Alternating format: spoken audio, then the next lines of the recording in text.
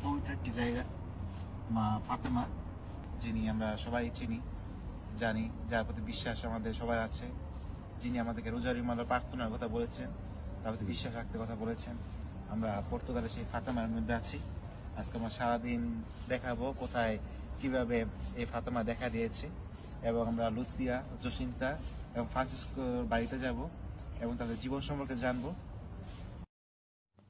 1917 সালের পর্তুগালের ছোট একটি গ্রাম ফাতেমা বিশ্বের আলোচনার কেন্দ্রবিন্দু হয়ে ওঠে। তিনজন রাখাল শিশু লুসিয়া, তার দুই কাজিন ফ্রান্সিসকো এবং জসিন্তা মা মেরির আবির্ভাব প্রত্যক্ষ করেন, যা 1917 সালের 13 মে থেকে অক্টোবর পর্যন্ত, অর্থাৎ 6 মাস, প্রতি মাসে একবার করে সাক্ষাৎ করেন। মা মেরি তাদেরকে রোজারিও রানী হিসেবে পরিচয় দেন এবং শিশুদের প্রার্থনা, পাপ থেকে মুক্তি এবং বিশ্ব শান্তি প্রতিষ্ঠার বার্তা দেন। 1917 সাল ছিল একটি অশান্ত সময়।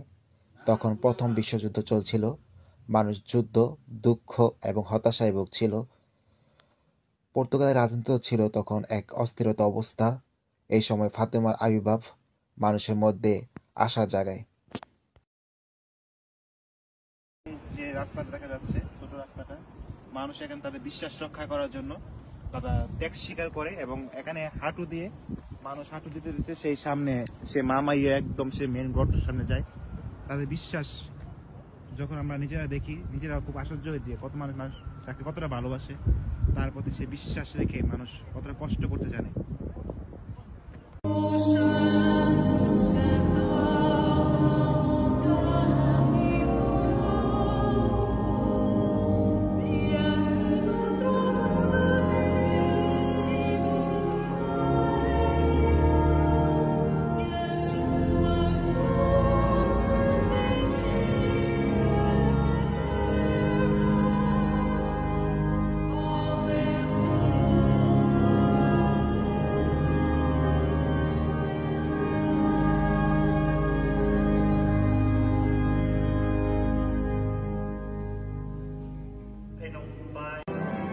এই হচ্ছে ফ্রান্সিসকোর কবর। সে শিশু বয়সী, অর্থাৎ 9 বছর বয়সে মা মারিয়া তার কথা মতো তুলে নেয় এবং তার পাশাপাশি কবরস্থ করা হয় জসিন্তা এবং লুসিয়াকে। মা মারিয়ার কথা মতো জসিন্তাকেও শিশু বয়সে, অর্থাৎ 10 বছর বয়সে ফ্রান্সিসকো মারা যাওয়ার 1 বছর পরেই তাকেও তুলে নেয়। এবং ফ্রান্সিসকো এবং জসিন্তা স্প্যানিশ ফ্লুতে মৃত্যুবরণ করেন এবং তাদের মৃত্যু ছিল স্বাভাবিক এবং সুন্দর। এবং 2005 সালের 13 ফেব্রুয়ারি জসিন্তা মৃত্যুবরণ করেন এবং তাকে কবরস্থ করা হয় সেই ফাতেমা গির্জায়, sanctuary of lady of Fatema. এটি হচ্ছে জসিন্তা এবং ফ্রান্সিসকোর বাড়ি। তারা এই বাড়িতে বসবাস করতেন এবং তারা এই ছবিটি এই বাড়ির সামনে থেকে তুলেছিলেন 3 জন।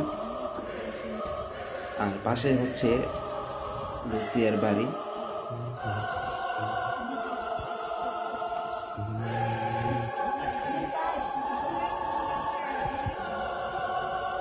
এবং তাদের সেই মেষদের যা চড়ানোর সময় তারা মেরিকে দেখে তাদের এই গোশাল দৌড়।